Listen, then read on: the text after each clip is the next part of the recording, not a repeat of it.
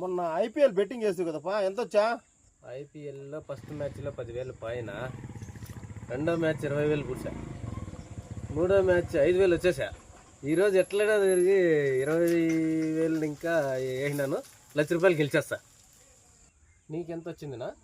నాకా వస్తా ఉంది పోతా ఉంది. మొన్న 50,000 వచ్చా, నేను ₹1,00,000 పోయా. పోని అన్నా ఏందన్నా మీరు ఇక్కడ కూర్చొని చేస్తున్నది? ఐపీఎల్ బెట్టింగ్ అని డబ్బులు పోయిందని ఇట్లా బెట్టింగ్ ఆడద్దండి యువతంతా చెడిపోతుంది బెట్టింగ్లే. మీరు ఇంకా బెట్టింగ్ ఆడుతూనే ఉన్నారు. ఏందన్నా మీరు చేస్తున్న పని? ఆయన చూడు కూర్చొని గేమ్ ఆడుకుంటున్నాడు.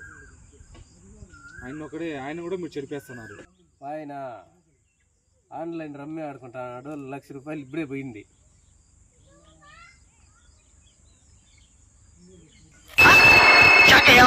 తమ్ము నువ్వే ₹1,00,000 75,000 పూడ్చిందమ్ము. ఆ మ్యాచ్ పోయింది. ఏంటి షాక్ అయ్యా?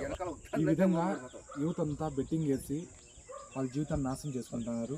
అది ఐపీఎల్ కావచ్చు, మరి ఏదన్నా కానీ బెట్టింగ్ కావచ్చు. దయచేసి బెట్టింగ్ జోలికి ఎవరు వెళ్ళకండి.